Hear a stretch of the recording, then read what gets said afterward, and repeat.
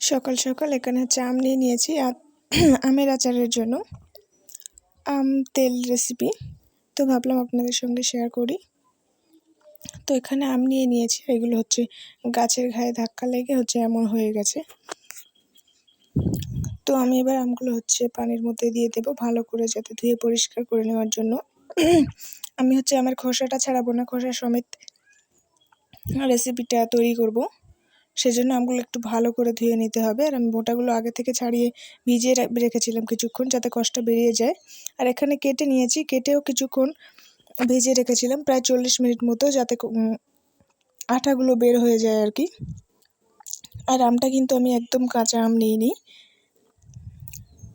পাকার আগ মুহূর্তে দেখতে পাচ্ছেন পাকার জন্য প্রায় কালার চলে এসেছে।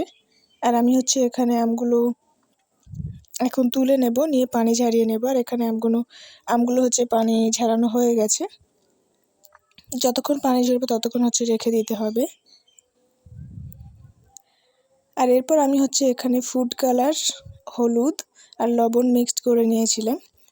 এটা হচ্ছে আমের গায়ে মাখানোর জন্য, যাতে দেখতে সুন্দর হয়, কালারটা বেশ ভালো আসে। আপনারা চাইলে ফুড কালারটা স্কিপ করতে পারেন, শুধুমাত্র হলুদ দিয়েও মাখিয়ে নিতে পারেন। আমি এটা আগে ভালো করে মিক্সড করে নিয়েছি, এরপর হচ্ছে আমগুলো দিয়ে দেব। তো আমটার পরিমাণ বেশি হলে, আমার এখানে হচ্ছে 2 কেজি আমটার পরিমাণ বেশি হলে তখন সব একসাথে মিক্সড করতে সব আমের সাথে ঠিকভাবে মাখানো হবে না, সেখানে একটু অল্প অল্প করে মাখিয়ে নিতে হবে। আমি এখানে একদম অল্প অল্প করে মাখিয়ে নিয়েছি। আর এখন মনে হচ্ছে যেন আচারটা হয়ে গেছে, অনেক সুন্দর লাগছিল। এরপর হচ্ছে রোদে দিয়েছি, আর রোদে দিতে গিয়ে একদম 41 ডিগ্রি তাপমাত্রায় গেছি পুড়ে। এটা হচ্ছে সেদিন ছিল 41 ডিগ্রি তাপমাত্রা, আমি প্রায় 2.5 ঘন্টা মতো রোদে দিয়েছিলাম, একদম পুরো শুকনো করে নিইনি। আর এদিকে হচ্ছে বসিয়ে দিয়েছি তেলের মধ্যে দিয়েছি হচ্ছে সামান্য লবণ আর 2টা তেজপাতা, এছাড়া আর কিছু অ্যাড করিনি। আর এখানে অল্প একটু তেল তুলে হচ্ছে ঠান্ডা করে নেব, এর সঙ্গে মশলা মাখাবো। এই মশলার মধ্যে আমি দিয়েছিলাম হচ্ছে সরিষা 3 টেবিল চামচ, 1 টেবিল চামচ জিরা, 1 টেবিল চামচ মেথি, আর হচ্ছে মৌরি, আর হচ্ছে 2টা তেজপাতা, সেটা ভেজেই গুঁড়ো করে নিয়েছি। গুঁড়ো মশলারটা কেউ চাইলে আমি অবশ্যই একটা ভিডিও দিয়ে দেব। আর ভিডিও করতে করতে দেখলাম ইন্ট্রো দেওয়া হয়নি। তো welcome back to my channel. I hope সবাই খুব ভালো আছেন, আর আমিও ভালো আছি। নতুন একটি ভিডিওর সাথে সবাইকে অনেক অনেক ওয়েলকাম এবং ভালোবাসা জানিয়ে শুরু করছি আজকের ভিডিওটি।